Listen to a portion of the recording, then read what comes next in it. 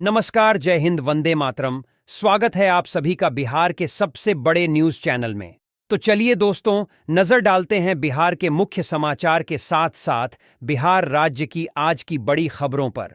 आज बिहार के किसानों, गरीबों, मजदूरों, बेरोजगारों और माताओं बहनों के लिए बहुत बड़ी खुशखबरी सामने आ रही है। बिहार के अंदर से भ्रष्टाचार, गरीबी, भुखमरी, बिजली पानी की किल्लत, ये सब मिटाने के लिए नीतीश सरकार एक बड़ा कदम उठाने जा रही है। इस बार पीएम किसान सम्मान निधि की किस्त कब जारी होगी, यह भी बताएंगे। साथ ही बिहार के अंदर आज से तकरीबन 15 से 20 नए नियम लागू हो रहे हैं। साथ ही पेट्रोल, डीजल, सोना और चांदी के ताजा भाव क्या हैं, इसकी जानकारी भी आपको देंगे। आज के मौसम समाचार पर भी चर्चा करेंगे।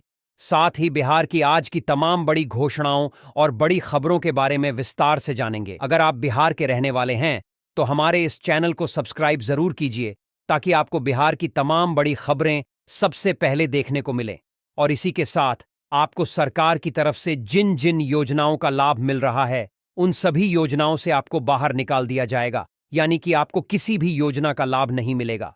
इन सब से अगर आपको बचना है तो इन नियमों को जानना जरूरी है। तो यह नियम क्या हैं, आप पर लागू होंगे या नहीं होंगे, यह जानने के लिए आपको यह वीडियो देखना होगा। सारे नियमों की जानकारी एक एक करके विस्तार से हम बताएंगे, तो आप वीडियो में अंत तक बने रहिएगा।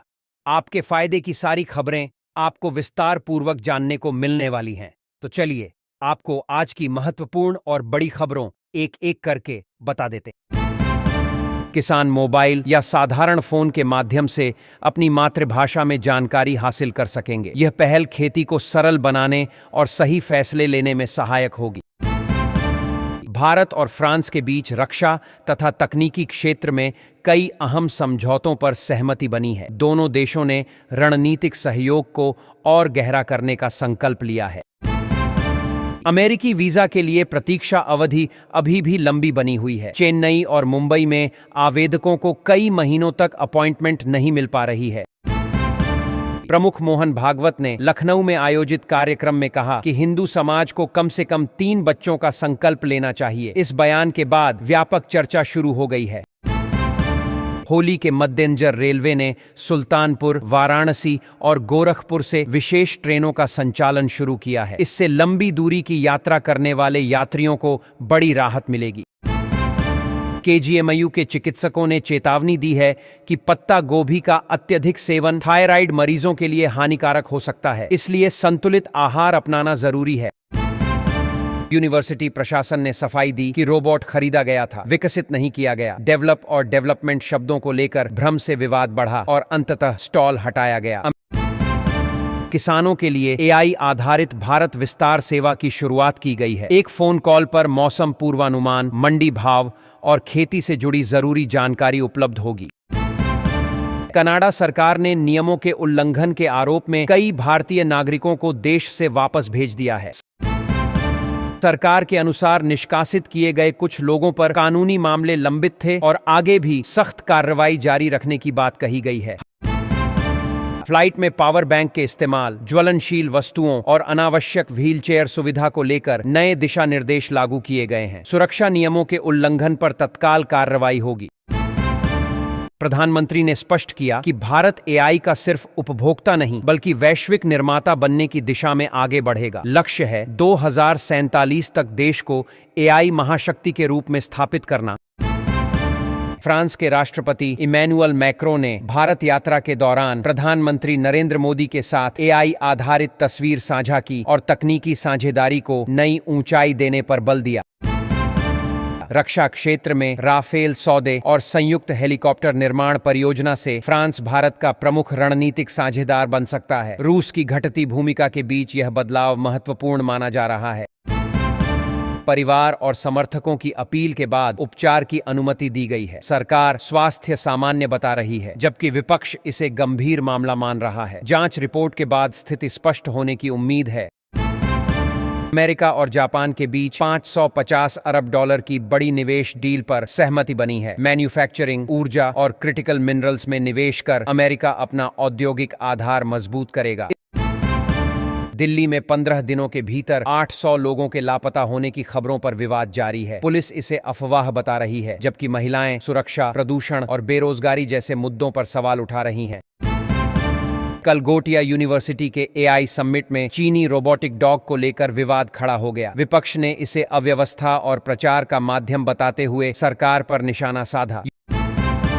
हेलीकॉप्टर निर्माण और मिसाइल उत्पादन जैसे क्षेत्रों में साझेदारी का दायरा बढ़ेगा। इससे देश की रक्षा क्षमता मजबूत होगी और रोजगार के अवसर भी बढ़ेंगे। बांग्लादेश में तारिक रहमान ने प्रधानमंत्री पद संभाला। उनकी कैबिनेट में शमा उबैद इस्लाम को विदेश राज्य मंत्री बनाया गया और अल्पसंख्यक समुदायों को भी प्रतिनिधित्व दिया गया। अलीगांव में 300 से अधिक घरों को सील कर दिया गया है। कई परिवार बेघर हो गए हैं। महिलाओं का कहना है कि सरकारें वादे तो करती हैं, लेकिन जमीन, शिक्षा और सुरक्षा पर ठोस कदम नहीं उठाती।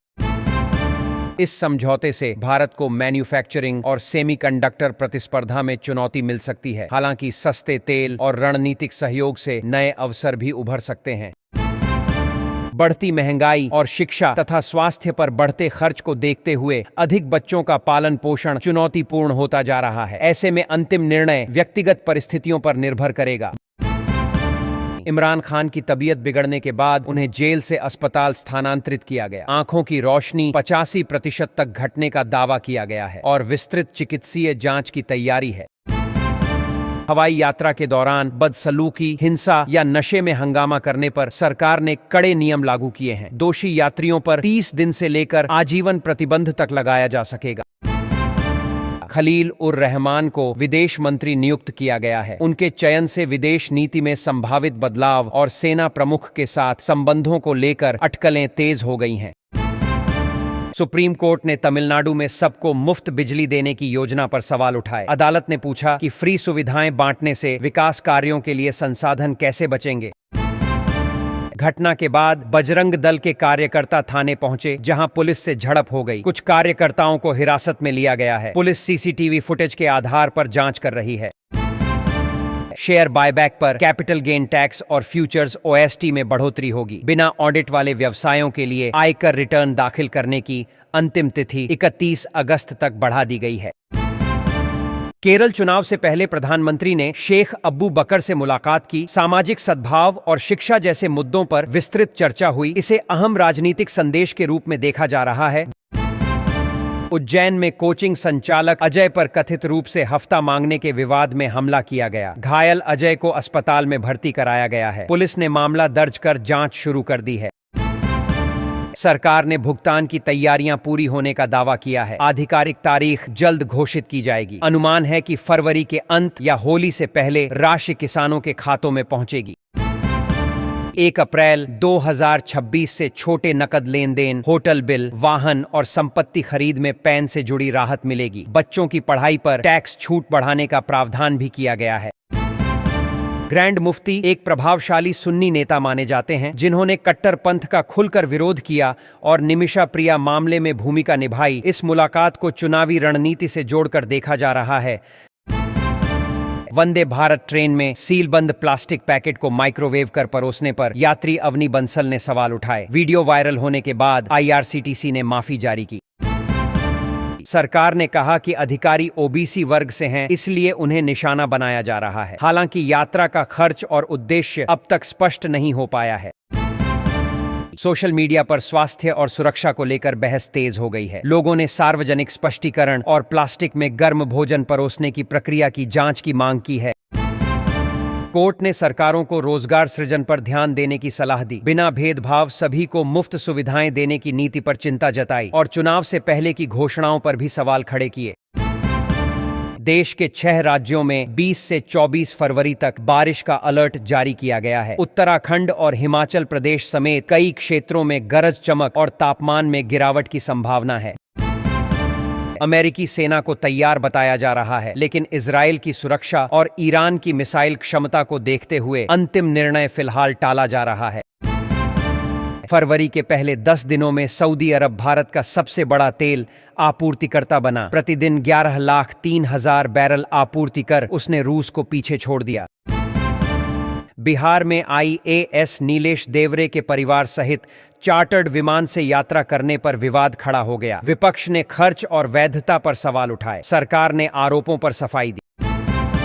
सोने की कीमत 1,55,000 रुपये के पार पहुंच गई। चांदी में 3,000 रुपये की तेजी दर्ज की गई। वैश्विक तनाव और प्रॉफिट बुकिंग से बाजार में उतार चढ़ाव जारी है। दिल्ली और मुंबई सहित कई शहरों में सोने का भाव लगभग 1,54,000 रुपये प्रति 10 ग्राम के आसपास है। निवेशकों को सलाह दी गई है कि विशेषज्ञ की राय लेकर ही खरीदारी करें। प्रधानमंत्री किसान सम्मान निधि की 22वीं किस्त को लेकर पेमेंट स्टेटस अपडेट जारी हुआ है। पात्रता, EKYC और FTO प्रोसीड यस होना अनिवार्य बताया गया है। डोनाल्ड ट्रंप ने ईरान को कड़ी चेतावनी देते हुए कहा कि आवश्यकता पड़ने पर दियागो गार्सिया सैन्य अड्डे से कार्रवाई की जा सकती है। दिल्ली और उत्तर प्रदेश में फिलहाल बारिश की संभावना नहीं है। बिहार में तापमान बढ़ सकता है। तमिलनाडु, केरल, झारखंड और पश्चिम बंगाल में भारी वर्षा की चेतावनी जारी की गई है। कम कीमत और कम भाड़ा लागत के कारण भारत आपूर्ति स्रोतों में विविधता ला रहा है। इससे रूस पर निर्भरता घटने के संकेत मिल रहे हैं।